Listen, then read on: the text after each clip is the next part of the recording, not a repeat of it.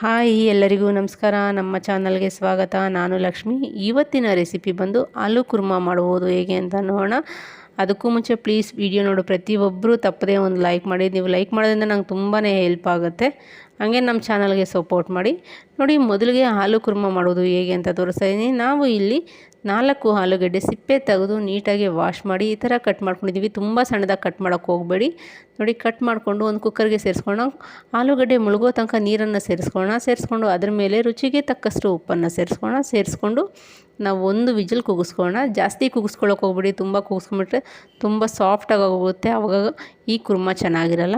ನೋಡ್ಬೋದು, ಇಷ್ಟು ಮಾತ್ರ ಆದರೆ ಸಾಕಾಗುತ್ತೆ. ನೋಡಿ, ನಾನು ಒಂದು ಟಿಶ್ಯೂ ಪೇಪರಲ್ಲಿ ನೀಟಾಗಿ ಒರೆಸ್ಕೊಂಡು ಈ ಥರ ಒಂದು ಪ್ಲೇಟಲ್ಲಿ ಸೇರಿಸ್ಕೊಂಡಿದ್ದೀನಿ. ನೋಡಿ, ಮುಟ್ಕೊಂಡು ನೋಡ್ತಾ ಇದ್ದೀನಿ, ಒಳಗಡೆ ಗಟ್ಟಿ ಇದೆ, ಮೇಲೆ ಮಾತ್ರ ಸಾಫ್ಟ್ ಇದೆ. ಇವಾಗ ಒಂದು ಬೌಲ್ ತಗೋಣ. ಒಂದು ಬೌಲ್ಗೆ ನಾವು ಒಂದು ಟೀ ಗ್ಲಾಸಲ್ಲಿ 1 ಗ್ಲಾಸಷ್ಟು ಮೊಸರನ್ನ ಸೇರಿಸ್ಕೊಳ್ಳೋಣ.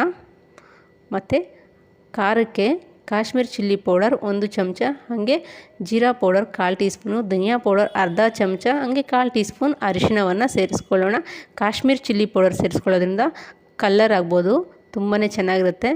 ಹಾಗಾಗಿ ನಾನು ಕಾಶ್ಮೀರ್ ಚಿಲ್ಲಿ ಪೌಡರನ್ನು ಉಪಯೋಗಿಸ್ತಾ ಇದ್ದೀನಿ. ನೋಡಿ, ಇವಾಗ ಚೆನ್ನಾಗಿ ಮಿಕ್ಸ್ ಮಾಡ್ಕೊಳ್ಳೋಣ. 1-2 ನಿಮಿಷ ಮಿಕ್ಸ್ ಮಾಡಿಕೊಂಡ್ರೆ ಈ ಥರ ಸಾಫ್ಟಾಗಿ ರೆಡಿ ಆಗುತ್ತೆ ಮಸಾಲೆ. ಇವಾಗ ರೆಡಿಯಾಗಿದೆ. ನೋಡಿ, ಈ ಮಸಾಲಾನ ಒಂದು ಸೈಡ್ಗೆ ಇಡೋಣ. ಮತ್ತೊಂದು ಕಡೆ ನಾವು ಒಂದು ಕಡಾಯನ್ನು ತಗೋಣ. ಕಡಾಯ ಬಿಸಿ ಆದ ನಂತರ ಒಂದು 4ರಿಂದ 5 ಚಮಚ ಎಣ್ಣೆಯನ್ನು ಸೇರಿಸ್ಕೊಳ್ಳೋಣ.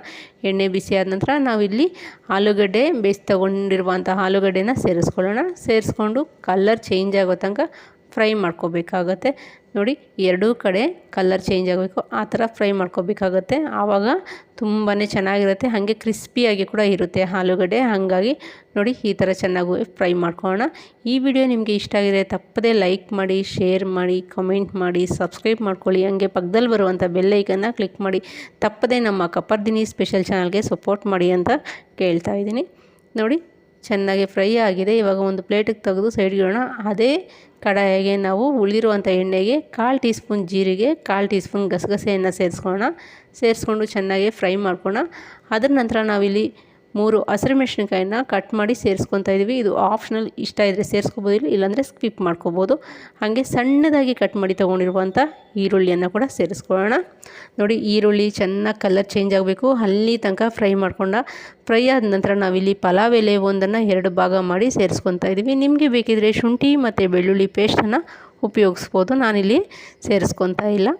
ನೋಡಿ, ಚೆನ್ನಾಗಿ ಫ್ರೈ ಆಗಿದೆ, ಹಸಿ ಸ್ಮೆಲ್ಲೆಲ್ಲ ಹೋಗಿದೆ ಈರುಳ್ಳಿ ಕೂಡ.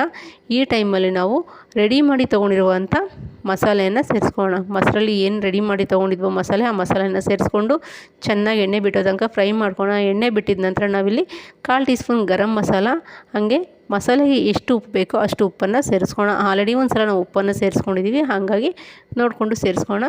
ನೋಡಿ, ಇವಾಗ ಎಣ್ಣೆ ಬಿಡೋ ತನಕ ಚೆನ್ನಾಗಿ ಫ್ರೈ ಮಾಡ್ಕೊಳ್ಳೋಣ. ಸುತ್ತು ಎಣ್ಣೆ ಬಿಟ್ಕೊಂಡಿದೆ. ಈ ಟೈಮಲ್ಲಿ ನಾವು ಯಾವ ಬೌಲಲ್ಲಿ ಮಸಾಲೆ ರೆಡಿ ಮಾಡ್ಕೊಂಡಿದ್ವೋ ಅದೇ ಬೌಲ್ಗೆ ಒಂದು ಅರ್ಧ ಬೌಲಷ್ಟು ನೀರನ್ನು ಸೇರಿಸ್ಕೊಂಡು ಚೆನ್ನಾಗಿ ಮಿಕ್ಸ್ ಮಾಡಿಕೊಂಡು ಚೆನ್ನಾಗಿ ಕುದಿಸ್ಕೊಂಡು ಒಂದು 5 ನಿಮಿಷದ ನಂತರ ನಾವಿಲ್ಲಿ ಪ್ಲೇಟನ್ನು ತೆಗೆದು ತೋರಿಸ್ತಾ ಇದ್ದೀವಿ. ನೋಡಿ, ಇಷ್ಟ ಆಗಿದೆ. ಇಷ್ಟ ಆದ ನಂತರ ನಾವಿಲ್ಲಿ ಫ್ರೈ ಮಾಡಿ ತೊಗೊಂಡಿರುವಂಥ ಆಲೂಗಡ್ಡೆಯನ್ನು ಸೇರಿಸ್ಕೊಳ್ಳೋಣ. ನೋಡಿದ್ರಲ್ಲ, ಕಂಪ್ಲೀಟ್ ಆಲೂಗಡ್ಡೆ ಎಲ್ಲ ಸೇರಿಸ್ಕೊಂಡು 1-2ರಿಂದ 3 ನಿಮಿಷ ಚೆನ್ನಾಗಿ ಕುದಿಸ್ಕೊಳ್ಳೋಣ. ಈ ಟೈಮಲ್ಲಿ ನಾವು 1-2ರಿಂದ 3 ನಿಮಿಷ ಕುದಿಸ್ಕೊಳ್ಳೋದ್ರಿಂದ ಉಪ್ಪು ಖಾರ ಚೆನ್ನಾಗಿ ಆಲೂಗಡ್ಡೆಗೆ ಇಳಿತೈತೆ. ಹಾಗಾಗಿ ನೋಡ್ಬೋದು, ಕಲರ್ ಆಗ್ಬೋದು, ತುಂಬಾ ಚೆನ್ನಾಗಿ ಬಂದಿತ್ತು, ತುಂಬಾ ಟೇಸ್ಟಿಯಾಗಿತ್ತು. ತಪ್ಪದೆ ನೀವು ಟ್ರೈ ಮಾಡಿ.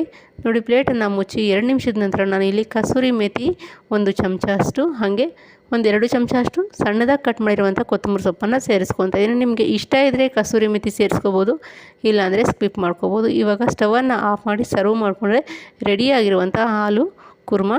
ವಿಡಿಯೋ ನೋಡಿದವ್ರಿಗೆಲ್ಲ ಥ್ಯಾಂಕ್ ಯು.